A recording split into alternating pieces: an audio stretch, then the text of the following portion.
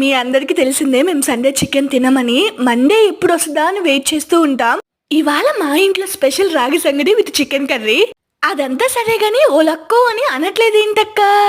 Almost అనకుండా ఉండడానికి try చేస్తా, కానీ 1 వీక్ చూస్తా వ్యూస్ కానీ ఇంతకు ముందు వీడియోస్ లాగే వచ్చాయంటే ఇంకా ఆల్మోస్ట్ ఓలక్క అని ప్రతి వీడియోకి యూస్ చేయను.